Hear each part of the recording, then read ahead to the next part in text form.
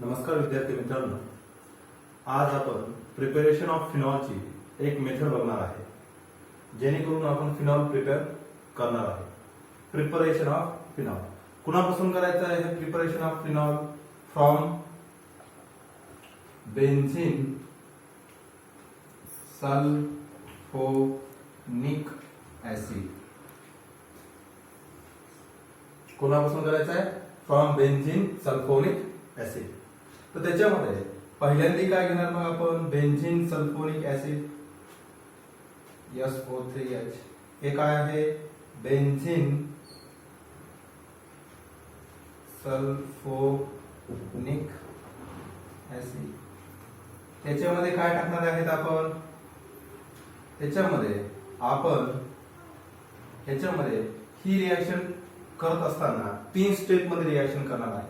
पहिल्यांदा आपण त्यात टाकणार आहेत NaOH, नंतर त्यात टाकणार आहेत परत 2 मॉलिक्यूल ऑफ NaOH आणि टेम्परेचर यूज करणार आहे 573 केल्विन, 573 केल्विन टेम्परेचर.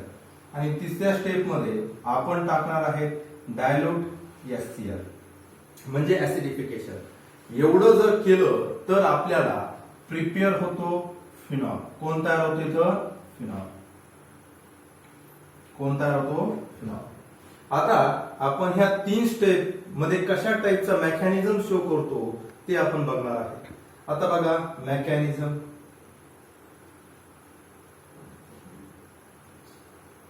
आता मेकॅनिझम सांगत असताना आपण हे जे आहे हे डायरेक्ट ह्याच्यापासून आपण फिनॉल करतो, बट हा तयार कसा करायचा तो आपण 11वीला बघितलेला आहे. परत एकदा एका स्टेप मध्ये मी एक्सप्लेन करून सांगतो की आपण हा कसा तयार करतो बेन्झीन पासून. हे बघा, स्टेप फर्स्ट.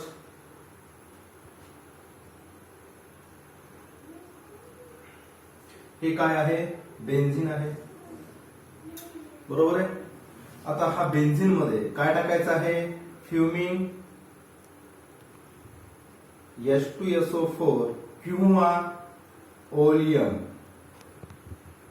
ओलियमचा फॉर्म्युला आहे H2S2O7.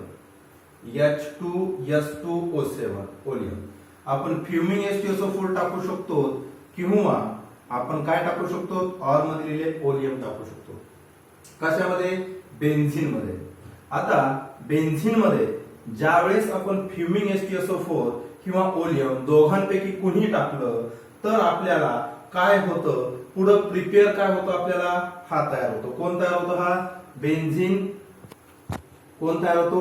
Benzene sulphonic acid. Benzene sulphonic acid. आता बघा ह्याच्यामध्ये ज्यावेळेस हा टाकणार त्यावेळेस हा प्रिपेअर होणार आहे. तो कसा प्रिपेअर होणार आहे ते आपण मी तुम्हाला खाली एक्सप्लेन करून सांगतो. हे बघा काय होणार आहे. हे बेन्झीन आहे, बरोबर आहे. हे घेतलं बेन्झीन मी, बरोबर आहे. ह्या बेन्झीन मध्ये आपल्याला माहिती आहे की ह्याच्यामध्ये हे अल्टरनेट डबल बॉन्ड आहेत आणि हे जे 6 कार्बन आहेत त्या 6 कार्बनला प्रत्येकी एक हायड्रोजन असतो. हे आपण माहिती आहे आपल्याला, बरोबर आहे. प्रत्येकी एक हायड्रोजन असतो. आता तो जो हायड्रोजन आहे तो हायड्रोजन प्रत्येक एक आहे आणि ह्याच्यामध्ये जर आपण H2SO4 टाकलं, काय टाकलं? H2SO4. आपण ह्या H2SO4 ला असं लिहू शकतो. ते बघा OH SO3H म्हणजे बघा हा एक H आणि हा एक H2. इथं काय S आला, एक S आणि इथले ऑक्सिजन 3 आणि इथला एक 4 H2SO4 असं लिहिलं तरी चालतं. मग काय होणार आहे? हा एक हायड्रोजन आणि हा OH तुमचा कंबाईन झाला. हा हायड्रोजन आणि OH कंबाईन झाला तर काय बाहेर तयार होणार आहे? वॉटर. काय तयार झालं इथं तुमचं? वॉटर. हे बघा वॉटर मॉलिक्यूल बाहेर पडला. काय? H, हा H, H2 आणि हा ऑक्सिजन, वॉटर मॉलिक्यूल बाहेर पडला. आणि हा जो SO3H ग्रुप आहे तो ज्या ठिकाणून तुमचा हायड्रोजन बाहेर पडलेला आहे त्या ठिकाणी अटॅच झाला, म्हणजे मी इथं लिहिलंय. म्हणजे एक लक्षात घ्या, हे साधं सिंपल आहे. SO3H ग्रुप डायरेक्टली तुमचा ज्या ठिकाणून हायड्रोजन बाहेर पडला तिथं अटॅच तयार झाला आणि हे बेन्झीन सल्फोनिक ऍसिड तयार झालं. कुणापासून? बेन्झीन पासून. ह्या रिॲक्शनलाच आपण सल्फोनेशन सुद्धा म्हणतो. तर आता बघा हा तयार झाला. तयार झाल्याच्या नंतर आता परत त्याच्यामध्ये काय टाकायचा? NaOH टाकायचा. काय टाकायचा? NaOH. यालाच आपण सोडियम हायड्रॉक्साईड किंवा कॉस्टिक सोडा म्हणतो.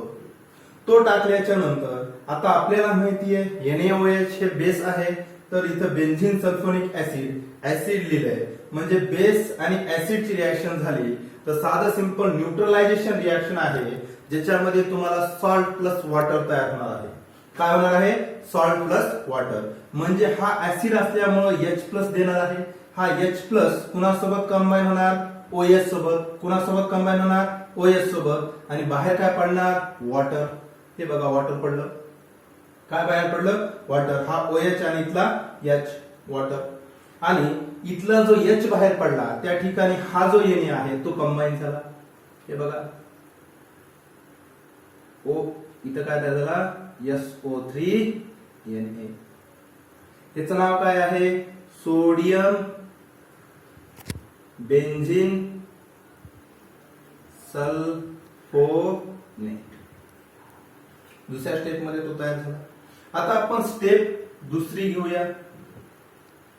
बरोबर आहे? स्टेप दुसऱ्यामध्ये आपण काय करणार आहे? हा जो तयार झालेला आहे तो तयार झालेला जसा तसा मी इथं लिहितो. हे बघा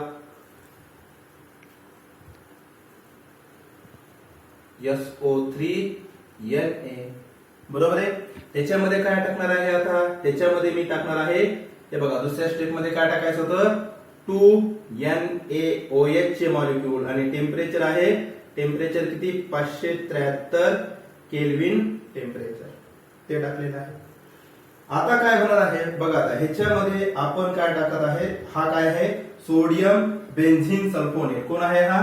सोडियम बेन्झीन सल्फोनेट. हा इथं तयार झालेला जसा तसा आहे. त्याच्यामध्ये मी NaOH चे 2 मॉलिक्यूल टाकले आणि 573 केल्विन टेम्परेचर यूज केलेलं आहे. आता ह्याच्यात कसं होणार आहे तेही तुम्हाला मी खाली थोडंसं एक्सप्लेन करून सांगतो. हे बघा, नाही इथंच सांगतो वाटल्यास.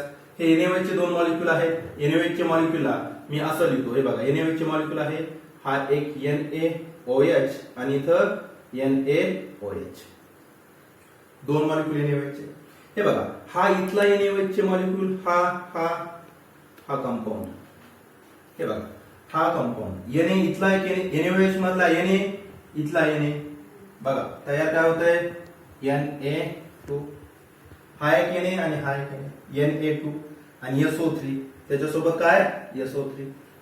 Na किती झाले? Na2 Na आणि SO3 तयार झाला. प्लस आता काय? ह्याच्यामधला जो वरती आहे त्याच्यामधला OH. काय हा वरचा मधला OH आणि खाली जो आहे तिथला हायड्रोजन. हे बघा हा OH आणि इथला हायड्रोजन. काय तयार झालं? वॉटर. काय तयार झालं? Water molecule. बरोबर आहे? आणि काय राहिले आता? राहिला कोणता ग्रुप? NaO. कोणता राहिला? NaO. आता हा Na मॉलिक्यूल काय करतो? तो जसा तसा अटॅच कुठं होतो? ह्या SO3 च्या जागेवर. आणि हा इथं असा टाईप मी प्रिपेअर होतो. ONA. कोण तयार झाला? ONA. ह्यालाच आपण काय म्हणणार आहेत? Sodium phenoxide. काय म्हणणार आहेत? Sodium phenoxide. कुणापासून तयार झालाय? सोडियम बेन्झीन सल्फोनेट मध्ये. काय टाकलेलं आहे? NaOH चे 2 मॉलिक्यूल, हा एक आणि हा एक. काय झालं? हा Na आणि इथला Na. किती झाले Na? 2 Na molecule. इथं Na2 केलं. SO3 एक आहे, SO3 लिहिलं. Na2 SO3 झाला.